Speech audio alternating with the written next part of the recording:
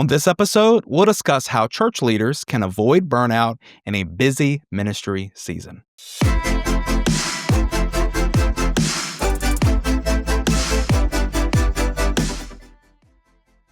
Well, hey there, and welcome to another episode of the Church Leadership Lab podcast, the show that is dedicated to inspiring leaders and empowering healthy churches. I'm your host, Kendall Connor, and I'm so excited to jump into today's episode. We have a great conversation planned with an incredible guest. Today on the show, we are joined by author James. And if you have not connected with him before, let me tell you a little bit about him. He is a seasoned educator and leader and a longtime bi-vocational pastor. Author, he has spent years in the hospitality industry before he moved into the classroom as a professor and eventually served as the executive dean at both North Lake College and Tarrant County College. He has led in both an established church, and he also is a church planner. He planted the Transparent Church in Grand Prairie, and that's where he still pastors today. He is also the author of Preaching Through Pain, and I love the subtitle of this book, What Every Preacher in Person Should Know About Performing Under Pressure. Author, he just brings a wealth of wisdom for leaders who are serving under pressure, who are working through busy seasons. And today we are so honored to have him on the show. We're going to be talking all about how church leaders can avoid burnout in a busy ministry season. Before we jump in, I'd like to encourage all of our listeners today, hit that follow button. We want to see that you're subscribed wherever you're enjoying our show because we want to make sure that you stay in the loop as we continue to release these conversations and provide valuable resources. Really, that's the best way to make sure that you do not miss a thing. So, hey, without further ado, let's welcome author James to the show. How are you today, Arthur? I'm doing well. It's a great day to be alive. How about yourself, Kendall? I love that. It is a great day to be alive. I love your optimism in that. Thank you for taking time to talk with us today. It is my pleasure to be a part of this wonderful podcast. I love that. Now, something that we always ask every guest that comes on the show, we read the public bio, but I always like to ask, what's something that maybe doesn't make the public bio, but all your friends and family would know about you? That's an interesting question. I'm pretty much, I like to think of myself as an open book, but, and as a pastor, I share a lot of personal illustrations, Sure. particularly at golf. But what people may not know is that I do have a fun side. I love to laugh. I love to watch action movies. And even though I'm a pastor, I love to watch the murder mysteries to figure out who did it and solve the crime. And if you Yeah. really know me well, I'll joke a lot using movie lines from either a comedy or an action or a suspense movie that I watched. I love that. I'm a big movie guy as well, and it's funny. You would get along with some of my family members. They're all about the whodunit, figuring out the murder mystery. So I definitely understand that world, but I don't know. I'm too much of a wimp when it comes to that. I don't. I can't. They're not for me. I'll say that. Okay, well, there's tons of different ones out there. I love that. But overall, I do love the movies for sure. I love that. Well, I know that you have spent years coming alongside pastors. You've spent so much time in ministry yourself, but you also have these different backgrounds that kind of make up your unique skill set and personality. How did you first get passionate about helping other leaders, and even where did that passion for ministry come from? So I like to think when it comes to the passion for ministry, I have had a call since a young age, and had my pastor used to tell me that I was going to pastor the church once he retired. When I grew up, the Mm, pastor that baptized me, Pastor Creighton, back in Dallas, and my mother used to tell me that the Lord told her I was going to be called to the ministry. Well, I said that's all fine and dandy, but the Lord would have to tell me, and sure enough, He did one day. So my wow. passion originally came out of what my proficiency was. So I thought I was going to be the next Drew Pearson in Dallas and play professional football. Stopped at the college level, was passionate about speaking and even preaching once I got into it. But really my passion, the older I've gotten, my passion has shifted more so to come alongside and help leaders, young as well as seasoned leaders, young at heart, to deal with life and pain.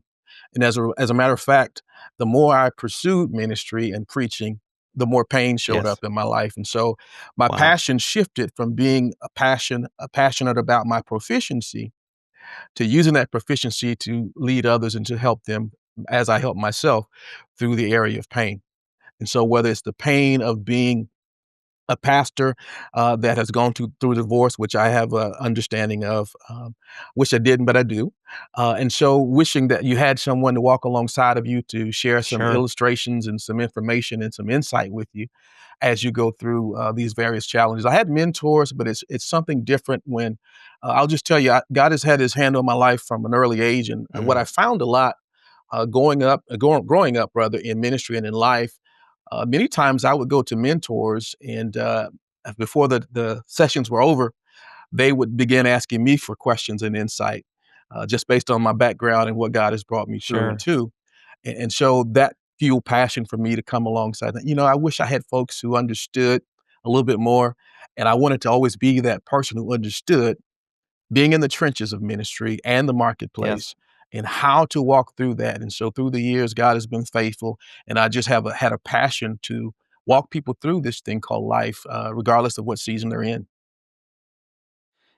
And that really resonates with me because there's so much life that happens around. A lot of times we think, pastors, their ministry is, is just on a Sunday morning. A lot of times they'll see just a minister on people in our congregations, they'll see a pastor up on a stage on a Sunday morning and they just think that, okay, well, that's him. That's all that they're facing. But we know, those of us who are listening today who are serving in ministry is something that happens 7 days a week. And then there's also all of the life that comes along with it, right? Like you're, raising families and have, your spouse, you have these different areas in your personal life too that you're trying to bring your best to, that you're trying to honor God in. And so there's so many different elements that go into, it's not just a Sunday morning experience, right? Correct. Yeah, it's the other things that come alongside of it. So the Sure. preaching, which is a huge portion of it, but then there's an administration aspect, particularly if you're a pastor. Difference in, of Mm, course, being a preacher and being a preacher pastor, or a sure. church planner, which is a whole nother set of challenges that come along with Yes. that. Particularly if you're starting out. I started back in the 1900s. Actually, I think I started before ARC and all these associations and aids to help. Where we just Sure. went out and started and believed God. Not saying that you don't appreciate those resources because you do. But just understanding that there's, as you mentioned, with the relationships in your own personal life, just finding that balance of how to remain full of fire and faith while your Mm, life is on fire. And God has walked me through some wow. things, and I just have a heart to help others do the same thing, whether you're talking about the pain, as I mentioned, of going through divorce or the pain of being a single Yes. parent pastor, the pain of going through the season where you have to watch your parents age and caring for Yes. them with like dementia or Mm, Alzheimer's, which I had both of those situations with my parents. And so preaching through wow. that, leading through that can be quite challenging. And so my passion continues to have ignition, not ignition, but it continues to be fueled, I should say, when I think about people who go through some of the things I've gone through and still have the call on their life. I used to think it like this, Kendall, and I write about this in the book as well. I used to think it was my perfection that qualified me to pastor and preach, Mm, but I found out the hard way it is not my perfection. It's my ability to preach through and to deal with pain. As God builds me, God oftentimes breaks wow. us before He makes us so that Yes. we can help someone else to make it. And so that's what helps me continue to do this thing for almost 30 years now, called Preach and Pastor, and really just have fun in the joy of the Lord doing what He's called me to do. I love that. And man, there's so many takeaways in this already. I know that it's going to be encouraging for all these listeners out there. I'm just curious. I know that you have served as a bivocational leader, and you've planted churches. You planted your church, and I love that you said that you did it when you said the 1900s. That really just messed with me a little bit. I'm thinking, I'm thinking it is technically, yeah. But you make it seem like it was so long ago. That just made me chuckle a little bit with that. But having all these different experiences, how would you say? I know when it comes to busy seasons and times when these leaders, maybe they're full time in ministry or on staff, or maybe they are in a bivocational, situation with as they serve.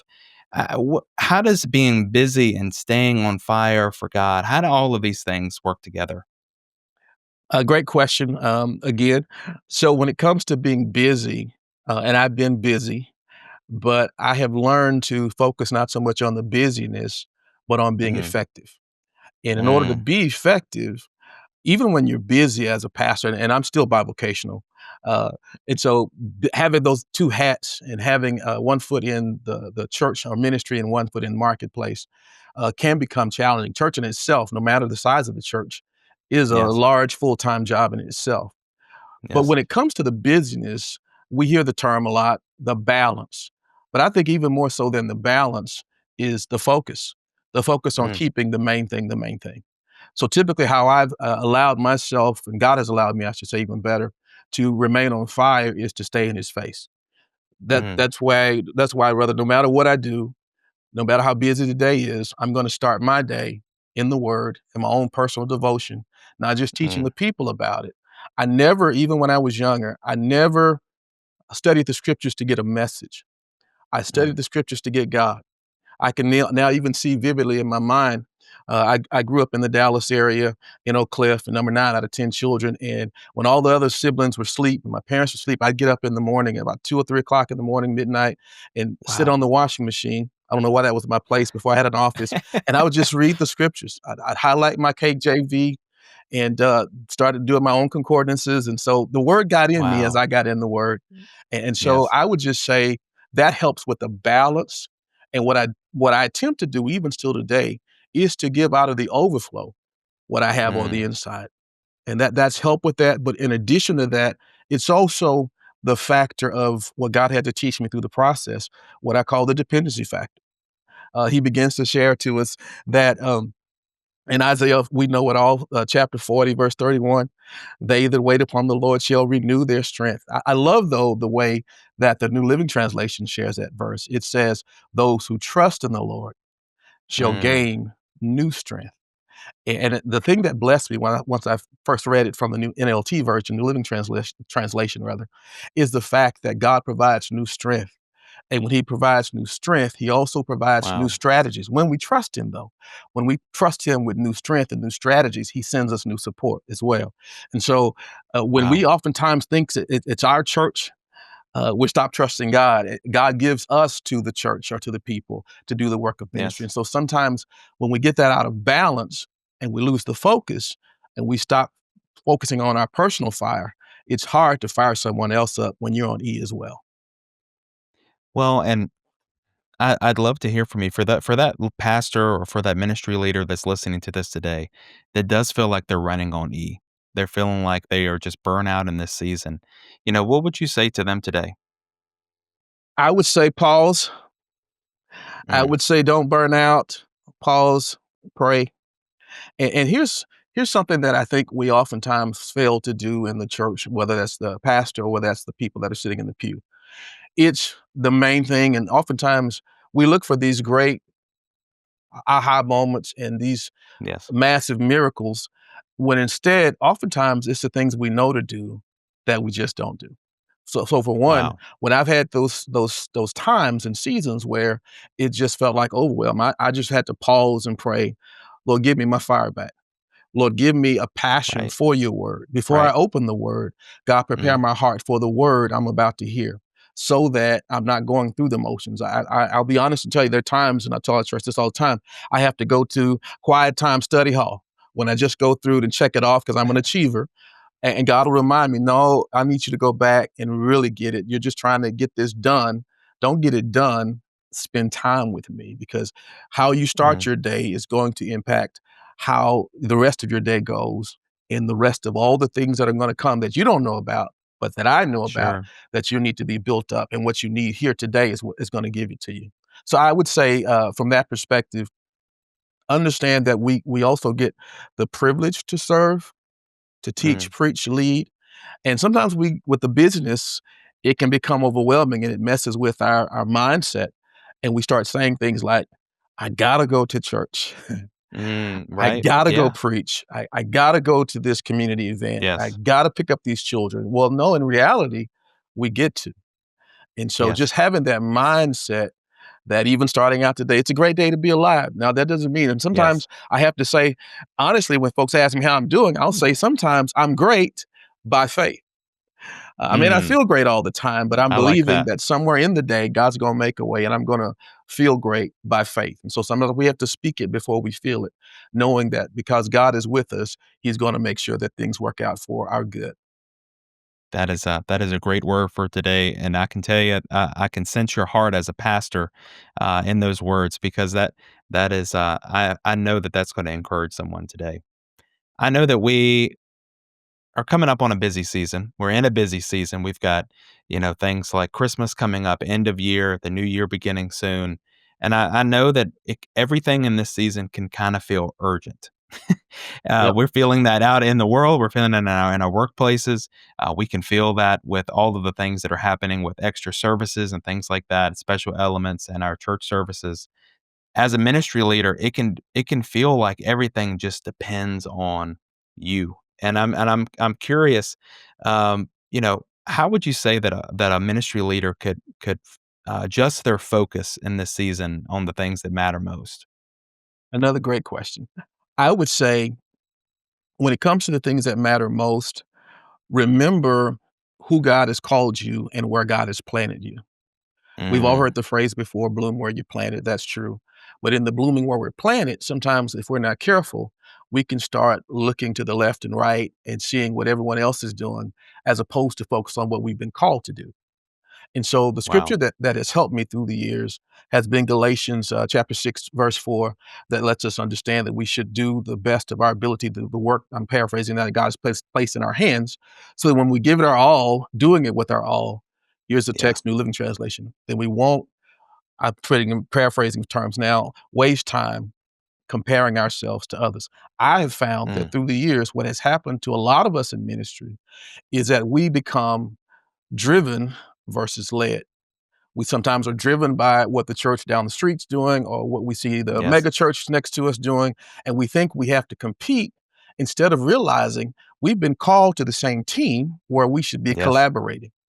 And so what Mm, I've made it a purpose to do and shared with our leaders from day one is that if it doesn't line up with our mission and our vision and our values, it may be good, but it may not be a God thing for us to do, or at least in this season. And yeah. so we don't have to do what everyone else is doing. If the church next door is having a Christmas Eve candlelight visual service, that doesn't necessarily mean that we have to do it, nor does that mean that that's bad for them to do. I personally pull back a little bit as we move closer into the holiday season in some aspects, because this is Sure. the other thing about that. When we understand whose church it is again, when we Mm, understand that God has called us to equip as opposed to always having to be the one to engage, then that helps us to create focus. And from the focus, balance to where we can focus and balance on the things that we have the ability, the calling, and the gifting to do. And then we release others to do what God rather has called them to do so that we wow. share the load.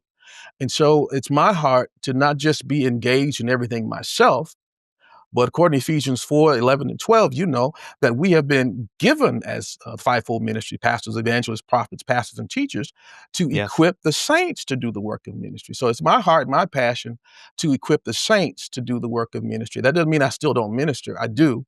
But I, Sure. I understand I'm limited. And it took me a while to understand. As a younger pastor, I did a lot more. I still do a lot, but I know I do less and less every year simply because I know my job is to lead and feed primarily. And as Mm, others find their gift and their passion, it helps them to be fulfilled in ministry themselves so they're not burning out. But it also helps you as the leader realize that that's where that trust comes in again. I trust yes. God to take care of the church. We planted the church Mhm. 21 years ago, and every now and then God has to tap me on the shoulder and remind me, hey, remember whose church it is. And when I remember Right. whose church it is, I remember what my job is in helping the body to become equipped so that people who have gifts can flourish in those gifts. So that when I found as well, when we begin to find ourselves in a place where we have a proficiency and a passion, then you typically will have success and less burnout. And so that's one of the things I would just That's share. really good. Yeah, that's really good, and I love that you pointed out that, passing the ministry on, sharing the ministry with some of these other people that God has entrusted you with, right? Kinda delegating some of those different elements of ministry, and also, equipping the saints, right? Like allowing God to use other people that He's put into our care as ministry leaders is so huge. Do you feel like in avoiding burnout, passing the baton to someone else and sharing that ministry with others, do you feel like that's a big part of that? Well, that's essential to that. Mm, In order to alleviate and avoid burnout, we have to have build in. And I found out that people buy in when they're allowed to build in. And that's sharing vision, wow. but that's also allowing them to find their place. One of the things I'm excited about a few things if you hadn't noticed. But one of the things I'm excited about is even when we have our new members that come to the church in our new member orientation, one of the first things I do is provide for them a spiritual gift and passions profile so that Mm, they can find out what it is they're passionate yes. about but also what they're proficient about. So I'm a older, I won't say old, I'll say former hotel restaurant manager. And one of the things that we used to say in the hospitality industry is that we want to place people in a place where they have a position, where they have a passion and a proficiency rather, and not just a pulse. But I found Yes. even in ministry, sometimes we put people in positions just because we need a person. I don't want Yes. the person who doesn't really like kids to be in Yes. the children's ministry just because we have a vacancy. I would rather, and I know Right. some may disagree with me, but I'd rather forego having the wrong person in the wrong position and have a Mm, vacancy until we can find, someone who's suited in an area where they have a sure. passion and they have a proficiency, because when that happens, everyone wins. I love that. And even talking about avoiding burnout, kind of bringing that joy, bringing that life, bringing that spark, that fire to a ministry leader. I can say from my own experience, seeing the joy and the way that God can use other people and seeing that light, that spark that comes in them when they are kind of figuring out that purpose, figuring out, man, I can use this gift for that I have for Mhm. God. And, seeing them use that to help other people come to Christ, I feel like that is seeing the joy that is sparked in that is one of the things that can just bring refreshing to your own leadership, can bring refreshing to your own life. And I feel like some of the most joyful times that I've had serving in ministry has been those times when I've helped other people to get involved. Yeah, it's definitely refreshing because and also fulfilling when you see the light bulb go off. I'll give an Yes. example. I had one of our members that have been with our church for since the inception. When we prior to COVID, we were not streaming because I didn't feel like we had enough proficient experts for camera Yeah. crews and all those type of things. Well, Sure. we figured out some things and started doing them. But one of my members who've been with us for a long time, and we started also what we call, it wasn't my idea, but some of the team's idea, to have virtual ushers. So they're greeting the people and taking care of the text Wow. and things while I'm preaching and doing what I'm doing. And they just loved it. I never would have guessed in a million years that that would be the thing that caused her to become more Wow. committed and more focused Yeah. on ministry, but she loves it. So I don't, Pastor, I don't have to move anywhere else from doing what I'm doing now. And the people are getting blessed. And it's not, I guess what I'm saying is that it's not a burden, but it's a blessing, not Yes. only when the pastor gets to exercise his gift, but when he or she equips the body to be released and empowers them to utilize their gifts. Everybody That wins. that is incredible. Everybody wins with that. That is so fulfilling. I know something that's unique to you is that you also, you have all of this experience that we mentioned, but you also have this passion for having an online presence, being able to minister to people online. Would you speak to that at all? Is that something that has been beneficial to you as you are reaching people in ministry? It has. I will tell you, one of the ways our church has grown, particularly in this last year and a half in particular, it has been through our online presence. But with that being shared, I think one of the things I would say to church leaders who may not be on the online space or who would like to be, but feel like you don't have the time to be, I take it back to the word we talked about before, not just balance, but also understanding overflow. So I started Mm, out probably more than, I guess it was about 6, 7 years ago, once Facebook and, Twitter back in the day and all of them started going, I tiptoed sure. in out of the overflow. So as I mentioned earlier, Mm, every day I start my day with the word. I still use the Lifeway, not the Lifeway, but the YouVersion Bible app reading plan. I go through the Bible every year, my wife and I, and then we expanded to the church. Well, there's a verse of the day that's my verse. For instance, today, I started out 2 Timothy 1:7. God has not given us the spirit of fear, but of power, love, and a sound mind, King James Version. So the first thing I do is I share that verse and I just start putting a hashtag at just the word. So if you want to get mad, it's just the word. If you don't agree, it's not my word. It's just the word.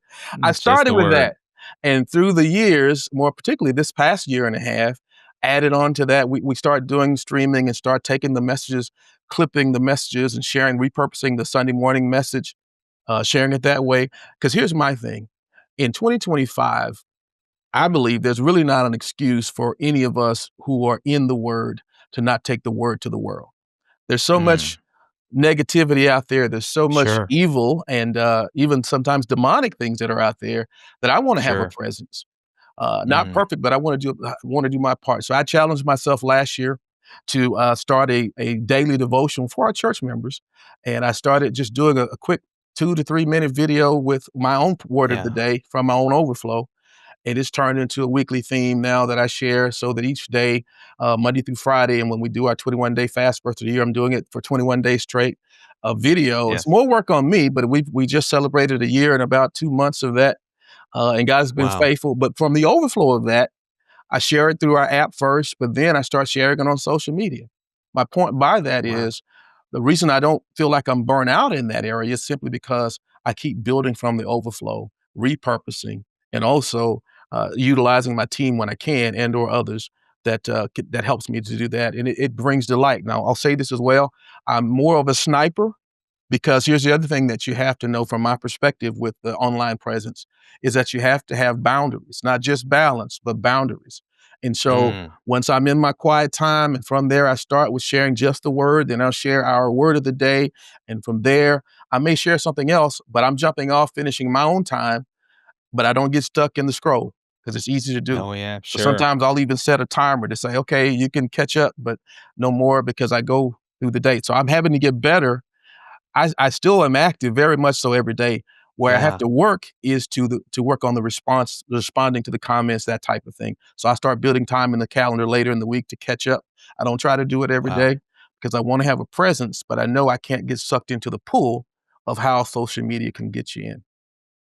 I feel like that's great wisdom today too, as well, because we're talking about busy seasons and avoiding burnout, and it is having you're having to be intentional with your time. And I love that you've made time to make an impact while you say not getting caught up in the endless scroll, right? Because that can eat up so much of our time, and a lot of our effectiveness is impacted by that scroll more than we realize, right? But I love that you said you found this good balance between the two, being able to make an impact while not getting kind of caught up in, it using all of your time. That's really good wisdom.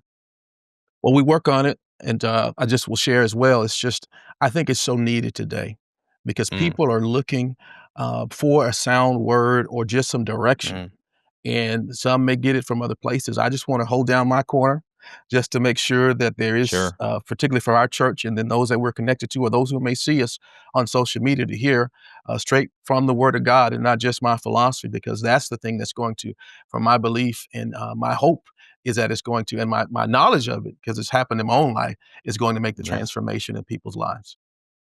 that's so good. I know your unique perspective. You have this background in hospitality and that industry. I've heard you talk a little bit about ministry as a service in ministry. And I know that leaders, they often struggle to serve from a place of overflow rather than exhaustion. Can you speak to that at all? Yes, I think I can speak to that. I love service. I learned early on that there was one or two things that I was going to do with my life: service or ministry, and ministry is service. And so, for many of us, that service piece should come when we understand. Again, it's a privilege and we're not Mm, entitled. Now, there's a small mhm, percentage where the struggle or the tension comes. I think there's a small percentage of pastors and church leaders who have that entitlement. It's my empire and not God's kingdom. There's a few. I sure. don't know to call any names, but my point being, the majority of us are in it for the right reason. We have a heart for God and a heart for His people. But Yeah. remembering that we've been called to serve, and I believe as the pastor or the lead pastor and the ministry leaders, we should be the lead servants. And so Mm, having that mindset means a world of difference. And that has to be, from my perspective, even as a church planner, that has to be infused throughout the culture of the church or the organization from a leadership perspective. And so sure. it's you could take the hotel industry, shoots from the Four Seasons, not Four Seasons, Ritz Carlton, been there as well. But they used to have this phrase. I think they still have it. We're ladies and gentlemen serving ladies and gentlemen. So regardless of Mm, what your position is, you wow. have the ability and the responsibility to serve.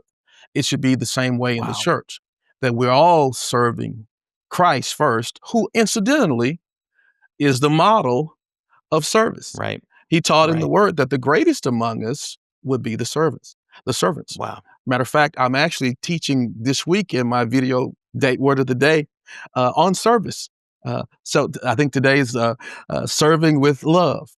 Serving Wow. yesterday was serving as well, willingly serving, and so just taking from the scriptures those tenets, those doctrines of principles that Jesus gave us that we ought to live Yes. out. As a matter of fact, people ask me all the time, "Why do you call yourselves the transparent church?" Because part of that's what God gave me, simply that we needed to be a place, not just a place, but a ministry where people could receive a clear view of Christ. And I said it like this: If I do Wow. my job really well, you should see some Christ in me. Hence transparent. And Mm, if I do my job really, really well, you should see some Christ in the people that I have the privilege to serve at the Transparent Church. mm.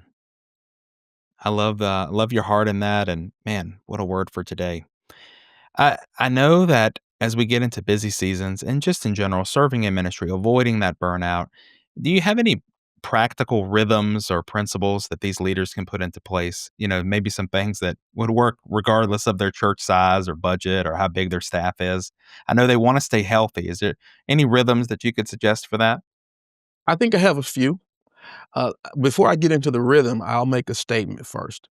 And this is the statement I want to make to any leader watching today. The statement is you may be responsible for the budget of the church in your role. You may be responsible for teaching, preaching, whatever your aspect, ministry of worship and song. But all of us are responsible for our own spiritual connection with God.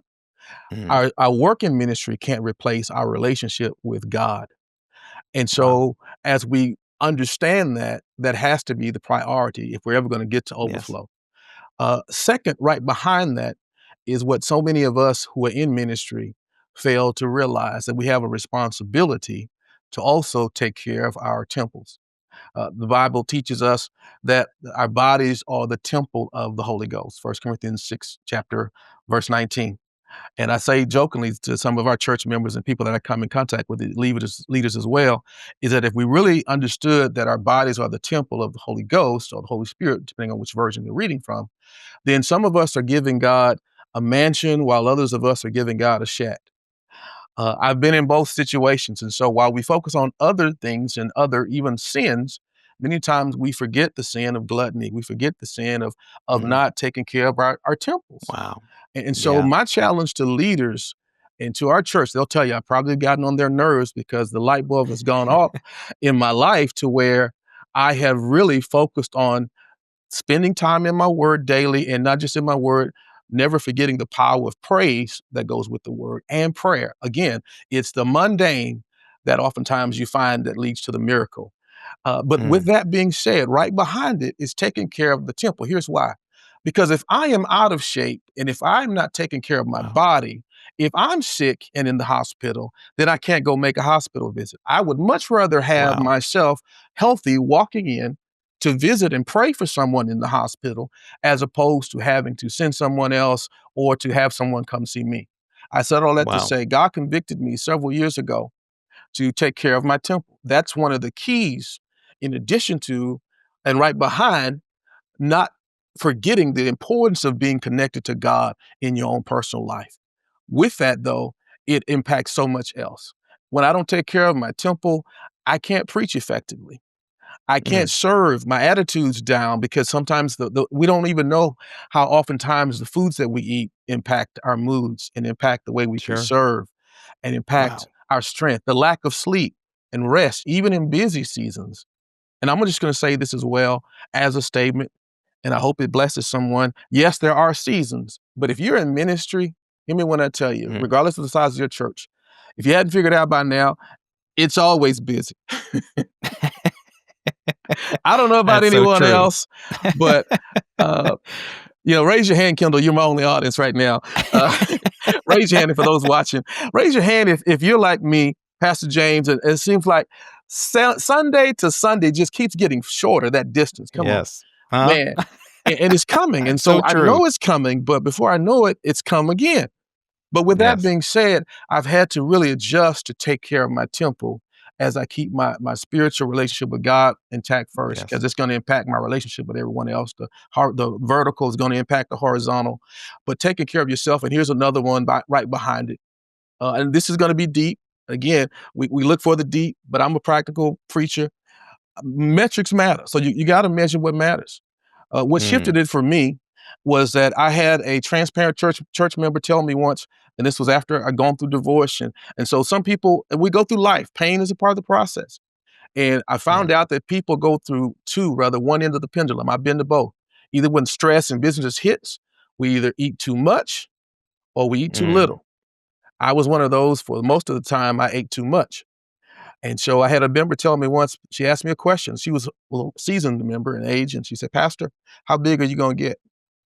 And when she said Wow. that, I didn't take offense. It just, it made me come to the realization that there needed to be some change. Because honestly, if I Mm. were honest with myself at the time, I kind of avoided full length mirrors. I just kept buying bigger Wow. size clothes rather. Mm. And so when that shifted for me, I had to do something. And I went through the process of preaching through the pain of weight gain. I lost about 40 pounds. I don't done it before, but I've done with the Mm. yo-yo, and I have a lifestyle to where I'm enjoying this thing called life. But I have to measure Mm. my metrics. Amazing. Things like my blood pressure. Ran in my family. I finally ran it out of mine. Uh, Wow. Taking care of my drinking my spring water every day. I could go on about this, but you asked, so here's a Sure. rhythm. A rhythm is taking care of your temple by daily moving. You don't even have to Mm. have an expensive gym membership. I'll give you some of my secrets. It's just you and I talking, right? So I have a BMW, a bare minimum workout. So whether I make it to the gym, and I got that from Coach Rowe. She was a person who had a program called Sugar Ain't Sweet, and it helped me, and I've been sharing it with everybody else. So what I said by that is to say this: you don't have to have an expensive membership. Matter of fact, when I had memberships, I was a donor to the gym because I wasn't going to the gym. But even sometimes when I'm done with Bible study and everybody leaves the church or leaves online, I will walk or run laps inside the sanctuary just so I get my bare minimum workout in because it means that much Wow. to me. I measure everything. Wow. So get some sleep. If you're not getting, at least 5, maybe 6 hours, I was getting 3, 4, and we can wear it as a badge, and you're wearing yourself out as I was wearing myself out. Wow. But I started getting sleep, invested in a sleep number bed. I'm not telling you to do that. This is just some things that rhythm. And let me just say this as well. Sure. In full disclosure, I'm not one of those pastors that takes a 2-month sabbatical. I don't know what that's like. Uh, I rarely take vacation, but I have rhythms of rest. I play Yeah. golf at least once a week. I force myself to do so because it helps me Yeah. capture my delight. I spend time with my wife and our granddaughter at least once a week because we only have one grand. And if you're a grandparent watching this, listen, they're the best things since sliced bread. So spend time Wow. with them. So I said all that to say those are just some simple rhythms that help in the process. Taking care of your body, eating right, Yes. cut the sugar out of the diet. I know nobody wants to hear that, but I'm telling you, you would be surprised at how good you feel. I'm on fire. I feel Wow. great. I just got off of a 30-day raw plan where I just ate nuts and uncooked Wow. vegetables, no meat, Yeah. and fruits, and limited the fruits because some of my favorite fruits have the most sugar. I'm probably digressing, but I'm just trying to tell you. I told you I like movies, so I give you this is my saying I share that folks didn't know about me. So I use clips, and so one of my favorite movies is probably not the best Christian movie, but Tombstone. Have you seen Tombstone? Remind me about what it's It's about. the old Maybe I think Western. maybe. Kurt Oh, Kurt yes, yeah, Russell. yeah, yes, Yeah, yes. Doc Holliday. Val Kilmer plays Doc Holliday. I feel Yes. like Doc Holliday when the bad guys were asking him, if he was in his retirement, like Wyatt Earp was in his retirement. Doc Holliday looked at him. Yes. He says, even though he was half sick, he says, "No, I'm in my prime." So that's how I feel, even as I preach, as I teach, as I talk. I feel like I'm in my prime, and a big portion of that has been me taking back control of my health and not being Mm. sluggish and not just going through a drive-through. I'm sorry, I'm Wow. digressing, but I want to help you because there are some ways to do it. You don't have to have a lot of money to Sure. do it. You just have to focus on being a person who makes it a priority to take care of your temple because that's how we worship God. We have this treasure in an earthen vessel, 2 Corinthians chapter 4, Mm. that the excellency might be of God. But if we're not taking care of this temple, we can't do the job with passion, with power, and with proficiency. I feel like hearing your passion for having this healthy life is something that is it goes with our podcast so well because we talk a lot about healthy churches, we talk about healthy leaders, and a question that we always ask all of our guests when they come on the show is we'd love to hear from your opinion. What would you say is one essential component for a healthy church?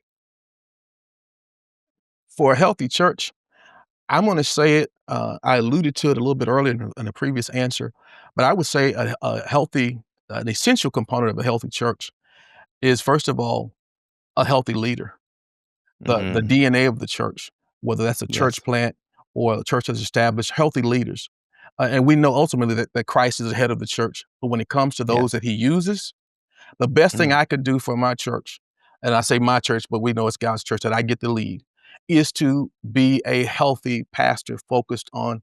It's what John says to Gaius in 3 John 2. I wish above all that you would prosper and be in good health, even mm, as your soul prospers.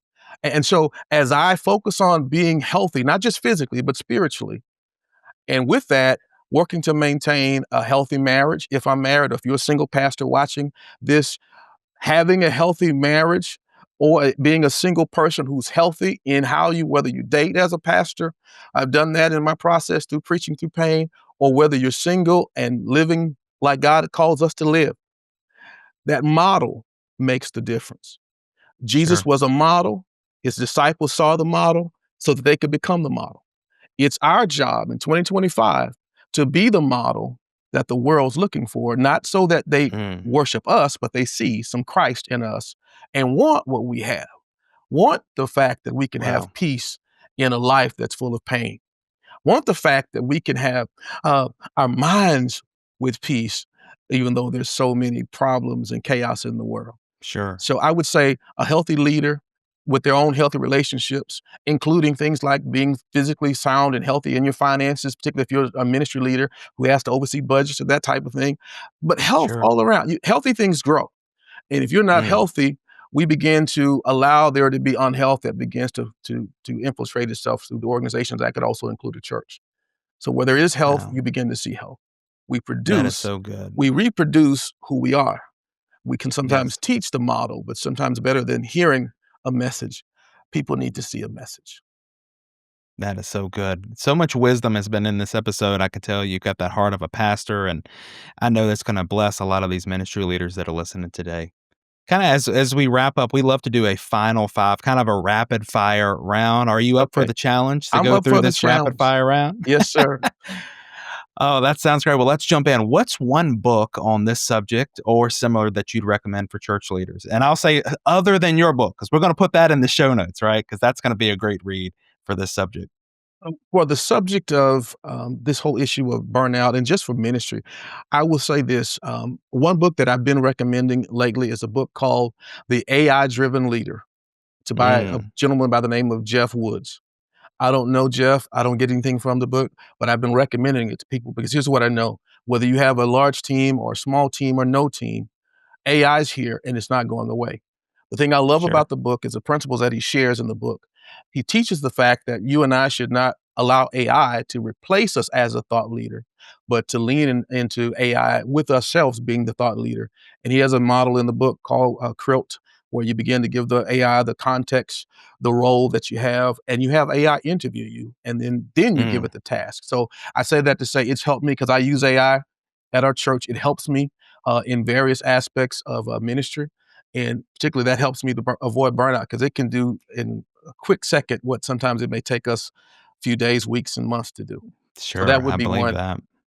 No, that's a great recommendation. I'm gonna have to check that one out myself. All right, number 2 is what is the last thing that you listen to on Spotify or Apple Music, wherever you like to enjoy your music? So I do listen to Spotify. I was listening to I listen to 2 podcasts just about every week and listen to one driving in today. One of which is, the Speaker Lab. I'm a proponent and student of Grant Baldwin, his podcast for speakers, but also listen to, other podcasts such as I was listening to coming in today, Watermark Church here in the Dallas area. They have a podcast for leaders, and they were talking about Mm. finishing strong today. And so, that was one of my thoughts as I continue to process my own personal time All right. of reflection. Yeah. I'm gonna have to check that one out myself. That's a great recommendation. All right. What is your favorite piece of technology or software these days? Well, I would have to say there's so many. My wife calls me Sure. a nerd. I'm not. I just love technology. But from a ministry perspective, as a pastor, particularly bivocational pastor, there's a resource also with artificial intelligence. It's called Pulpit AI. It's I don't know if you've heard of it, but it allows us to repurpose my messages. We put in the video. It doesn't write That's messages awesome. for you, but you can Yeah. upload the video of the message, and we turn it into a Bible reading Yeah. plan, quotes from my message. I even use it to score myself after I preach. I'll ask Wow. it on a scale of 100, how effective was this message? And most of the time, it tells me I'm pretty good, but preached too long, and my people will tell you that as well. So anyway, I'm working on it every week. I try to get I shorter. I don't know that I need that level of honesty from AI, on my speaking at this point.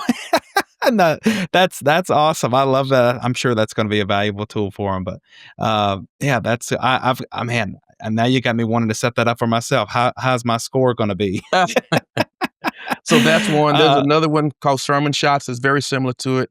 I've played sure. around with that one, but I don't use that one. But then there's also, I could go on and on, but there's a Sermon AI. It helps with research. I use it to help my research for the message. Then Wow. there's Logos, the Bible commentary software. They Yes. actually have an AI piece into that as well. So there's a ton of resources I could just continue to go on and on to share about. I love that. Yeah, we'll link all of those up in the show notes, for all of our listeners. All right, what's a quote or maybe some advice that has stuck with you over the years? Well, when I think about even this busy season that we're in life itself, one of the things that my mom used to share with me all the time, and this quote, she didn't coin it, but she used it a lot. It was simply this, and I'll share it with your leaders today. And it's simply Rome wasn't built in a day. It took me a while. My pastor, when I was a younger pastor, used to tell me, slow down. My mother used to tell me, slow down. I still move fast today, but I am at a different pace because I've realized that Rome wasn't built in a day. Now, I have to do something toward building today, but I don't have to do it all every day. And something my pastor used to tell me all the time, the late, great Pastor H.L. Creighton, is that you can't tell it all. Save some of the sermon for next time. So Mm, Rome wasn't built in a day, and you can't tell it all this time. So those are just a couple thoughts that stick with me as it relates to thoughts that I've carried through the years. that's so good. For our audience of church leaders that are out there today, what's one thing that you'd like to communicate to them? When I think about where we are today and think about the magnitude of weight and political division and just challenge that's before us as leaders, the thing I would love to leave with the leaders who are watching this today is simply this: just know that you can do this because God is Mm, with us. We all have our pain points. We all have our problems. We all have our seasons of struggle and seasons of success. Because what many people don't tell you is that there's also a pain of success. But with all that being said, the thing that keeps me going is what I want to share with you is that you were born for this day. You were born for this season.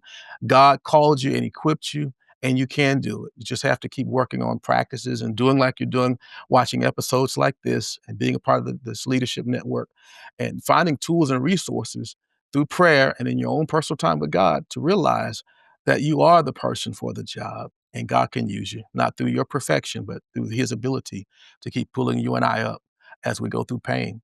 But we can make it. And you can enjoy and not just have to endure ministry. You can't have a good marriage and do ministry. You can't raise children and have a balance in ministry. It can be done. You just have to work at it. And I want to encourage you to do so. that is a great word today, Pastor. That is a great word. I know that people are going to want to hear more from you. Where can they follow you? How can they stay connected with your work?